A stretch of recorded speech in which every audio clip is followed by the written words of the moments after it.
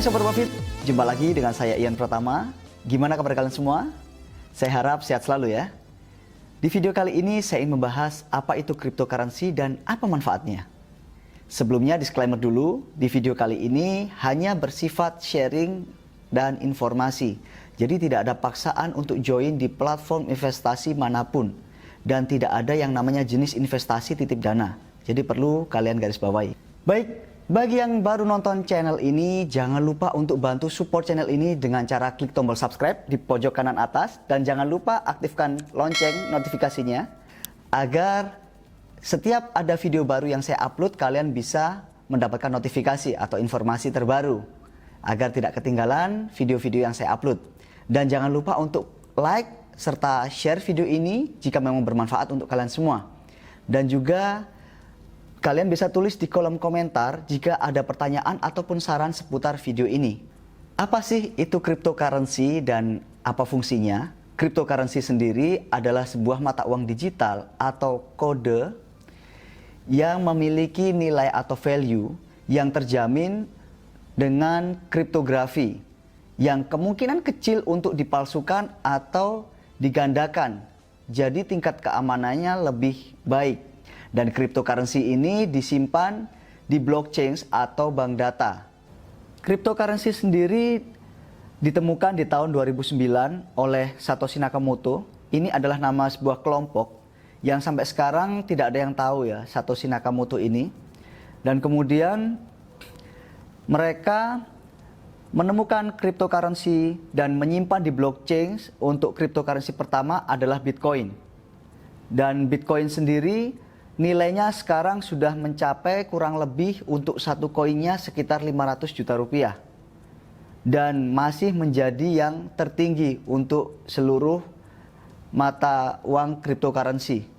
Dan kemudian setelah kesuksesan Bitcoin ini, muncullah berbagai macam cryptocurrency lainnya, seperti altcoin, litecoin, dan masih banyak lainnya. Nilai keseluruhan Bitcoin sendiri sekarang sudah mencapai sebesar 214 miliar US dollar ya. Dan di sini nilai Bitcoin sendiri sudah melebihi 68% dari total seluruh cryptocurrency. Dan Bitcoin masih menduduki peringkat teratas untuk cryptocurrency sendiri. Dan banyak orang berbondong-bondong untuk memulai berinvestasi di cryptocurrency. Karena kedepannya pembayaran digital atau menggunakan cryptocurrency akan menjadi tren di masa depan. Dan sekarang sudah mulai di beberapa negara yang mereka melakukan pembayaran dengan mata uang cryptocurrency.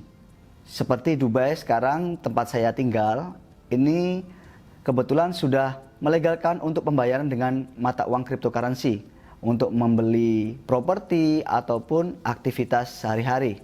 Jadi ke depan akan mulai diberlakukan dan bisa menggunakan pembayaran dengan mata uang cryptocurrency. Tetapi perlu diketahui, semua jenis investasi memiliki resiko. Jadi kalian harus paham betul dengan investasi yang akan kalian lakukan. Jadi pelajari lebih detail dan kalian harus tahu apa untung dan kerugiannya sebelum kalian melakukan investasi. Sebagai contoh, sekarang saya memiliki misalkan uang kertas senilai Rp100.000. Saya yakin dalam kurun waktu 5-10 tahun ke depan, uang kertas ini masih saya pakai untuk sebagai alat pembayaran. Dan tentunya sudah menjadi kotor, berdebu, dan lain sebagainya karena sudah bertukar tempat di berbagai macam pembayaran. Dan kemudian sekarang beberapa aktivitas sudah melakukan pembayaran melalui e-wallet, ATM, debit card ataupun credit card. Dan dengan cryptocurrency sendiri, saya yakin kedepannya akan menjadi alat pembayaran digital di masa depan dengan perkembangan era digital yang sudah semakin pesat. Jadi pastinya cryptocurrency sendiri akan menjadi mata uang yang memudahkan kita melakukan transaksi di berbagai macam jenis transaksi di masyarakat pada umumnya. Sebuah gambaran mengenai alat instrumen pembayaran. Jadi dari zaman sebelum ditemukannya mata uang sebagai alat pembayaran, pada masyarakat mereka melakukan yang namanya barter atau menukar barang satu dengan barang yang lainnya. Jadi contoh misalkan saya ingin pisang. Jadi mereka menilai dengan barang lainnya misalkan telur untuk saling ditukarkan. Dan kemudian berkembang menjadi sebuah barang ditukar dengan emas. Dan mereka melakukan hal tersebut dengan seiringnya waktu sampai ditemukannya mata uang yang menjadi nilai value untuk melakukan pembayaran untuk membeli atau menukar dengan sebuah barang yang kita inginkan.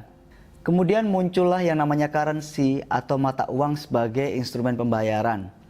Jadi ini merupakan sebuah kemajuan atau kemudahan bagi masyarakat yang ingin membeli susu, gula, beras, dan lain sebagainya. Tetapi ada kekurangan juga karena mata uang ini seperti rupiah, dolar ini dengan dicetak ya.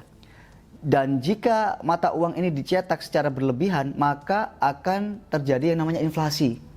Sehingga itu menimbulkan efek yang kurang baik bagi pemerintahan juga dan bagi masyarakat luas ketika terjadinya inflasi. Kemudian keuntungan dari cryptocurrency sendiri. Cryptocurrency sendiri menawarkan kemudahan transfer antara dua belah pihak. Contohnya nih ya, dari pihak A transfer ke pihak B. Dan kemudian di sini tidak memerlukan pihak ketiga atau perantara seperti bank ataupun pihak kartu kredit. Jadi karena tidak ada pusat entitas ya. Jadi di sini mempermudah. Jadi langsung divalidasi oleh jaringan blockchain dan akan tertransfer antara pihak A dan pihak B. Seperti itu. Dan maka dari itu berinvestasi di cryptocurrency sangat menguntungkan di masa depan karena selain kemudahan pembayaran ataupun transfer, memudahkan untuk transaksi lainnya juga. Jadi desentral tanpa entitas pusat. Jadi langsung divalidasi antar blockchain. Kemudian kelemahan cryptocurrency sendiri, di cryptocurrency ini bisa menjadi tempat sebagai pencucian uang. Tetapi sebelum adanya cryptocurrency sendiri sudah banyak jenis pencucian uang. Tetapi ini adalah salah satu kelemahan ya. Jadi perlu saya sampaikan juga. Dan kenapa kok bisa menjadi kelemahan di cryptocurrency ini sebagai pencucian uang? Karena tidak adanya entitas pusat, ini tidak ada pusat sentralnya. Jadi tidak ada negara yang mengontrol. Sehingga kita tidak tahu uang siapa yang berada di cryptocurrency ini. Jadi itu tadi kelemahan dari cryptocurrency sendiri. Tetapi untuk tingkat keamanannya ini tidak bisa digandakan atau dipalsukan. Karena cryptocurrency ini dijamin oleh kriptografi dan disimpan di blockchain. Jadi semua pasti ada kelemahan dan kekurangannya. Jadi itu tadi sedikit gambaran mengenai cryptocurrency dan fungsinya. Dan ke depan ini akan banyak industri yang menggunakan pembayaran menggunakan cryptocurrency. Contohnya seperti skin game, kemudian NFT, kemudian metaverse, dan lain sebagainya untuk segala macam perkembangan digital di mana cryptocurrency ini adalah menjadi alat pembayaran di beberapa akses perkembangan era digital tersebut. Dan untuk yang saya sebutkan tadi seperti NFT, kemudian metaverse, web 3.0 dan sebagainya akan saya bahas di video selanjutnya. Jadi di sini saya hanya membahas seputar cryptocurrency. Jadi kedepannya ini akan menjadi alat pembayaran yang memang sangat bermanfaat dan bisa digunakan di berbagai industri. Kenapa ada banyak jenis cryptocurrency atau ada ribuan cryptocurrency sekarang? Apakah semua bisa digunakan sebagai alat pembayaran atau bagaimana ke depannya ketika sudah ada ribuan cryptocurrency? Sama dengan halnya mata uang ya. Di beberapa negara kita ada currency-nya masing-masing seperti rupiah, dolar, euro, pound sterling. Nah, cryptocurrency sendiri juga ini merupakan mata uang pembayaran digital yang seperti Bitcoin, terus kemudian blockchain berbasis Ethereum yang lagi tren digunakan untuk pembayaran NFT dan lain sebagainya ya. Jadi di sini kalian perlu lihat fundamental dari cryptocurrency sendiri. Mereka membuat cryptocurrency dan kalian harus mengetahui fundamentalnya atau alasan dasarnya mereka membuat cryptocurrency ini. Jadi kalian harus tahu fundamental yang jelas untuk masa depan cryptocurrency tersebut agar kalian tidak rugi ketika berinvestasi di cryptocurrency tersebut. Di samping itu, beberapa hal yang sangat berharga tidak hanya akan mengubah perkembangan internet ataupun mata uang, tetapi akan mengubah cara hidup kita juga ke depannya. Dan cryptocurrency sendiri bisa disederhanakan menjadi 5 kategori, yaitu sebagai koin pembayaran, kemudian platform smart contract, dan kemudian coin stable, dan ekosistem DAPP, dan kemudian yang kelima adalah token penukaran. Dan di sini apa saja fungsinya masing-masing dari 5 hal tersebut saya akan rincikan. Yang pertama adalah sebagai koin pembayaran, di mana untuk cryptocurrency sendiri yang sudah mulai menjadi nilai pembayaran adalah Bitcoin. Dan Bitcoin sendiri sudah menggantikan mata uang seperti dolar, rupiah, dan sekarang Bitcoin sendiri sudah berubah fungsi sendiri juga seperti halnya emas. Jadi banyak orang mulai berinvestasi untuk menyimpan Bitcoin ini karena mereka percaya untuk nilai Bitcoin sendiri ke depannya akan terus mengalami kenaikan, dan itu menyebabkan orang berinvestasi dan menyimpan uang mereka dengan nilai Bitcoin. Kemudian yang kedua adalah platform smart contract, di mana kita tidak bisa melangkah lebih jauh tanpa berkata bahwa industri ini dimulai dan didominasi oleh Ethereum, di mana mereka merintis untuk penggunaannya pada dasarnya menggunakan Ethereum. Contohnya seperti NFT atau non-fungible token. Di sini non-fungible token seperti kalian pernah dengar yang lagi tren Gozali Everyday, dia menjadikan foto selfie-nya dan merubahnya menjadi NFT, kemudian menjual di salah satu platform digital dengan pembayaran menggunakan blockchain berbasis Ethereum. Dan di sini Ethereum sendiri memiliki nominal yang sangat tinggi. Dan di situ kalian bisa tahu di mana yang namanya platform smart contract ini. Yang ketiga adalah coin stable. Di coin stable sendiri keuntungannya adalah ini koin-koin yang dipatok atau dikunci oleh mata uang tertentu seperti dolar, dan kalian bisa melakukan transaksi jual beli ataupun transaksi lainnya dengan bebas. Karena koin-koin tersebut ini mengikuti perkembangan mata uang dolar ya, atau contohnya seperti mata uang dolar. Jadi kalian bisa melakukan transaksi tanpa takut adanya kenaikan atau penurunan yang drastis secara ganas seperti cryptocurrency, Ethereum, dan lain sebagainya. Dan koin-koin ini memang dipatok dan dikunci oleh mata uang tertentu. Kemudian yang keempat adalah ekosistem DApp, di mana atau Decentral Application, di mana koin-koin ini tidak memiliki blockchain-nya sendiri. Biasanya sudah tersedia atau tergabung pada blockchain yang sudah ada, seperti pada Ethereum, di mana seperti gaming, kemudian keuangan, perbankan, dan penyimpanan cloud komputer lainnya. Yang kelima adalah token pertukaran. Token pertukaran adalah sebuah token yang menjadi alat pertukaran, di mana ketika kalian melakukan beli, jual, ataupun dagang cryptocurrency, kalian menggunakan sebuah toko pertukaran. Nah, ini disebut sebagai tokonya kripto. Dan ketika kalian melakukan perdagangan di toko kripto ini, mereka meminta imbalan di tiap transaksi yang kita lakukan sebagai keuntungan dari toko yang kita buat transaksi selama pertukaran cryptocurrency ini. Dikarenakan bisa menghasilkan uang dari transaksi tersebut, biasanya mereka mulai membuat koin mereka sendiri. Jadi platform-platform tersebut membuat koin mereka sendiri agar para trader ataupun investor yang melakukan transaksi pertukaran dengan menggunakan koin mereka, mereka bisa mendapatkan biaya yang lebih murah untuk pertransaksinya. Sehingga sekarang kenapa ada ribuan macam cryptocurrency?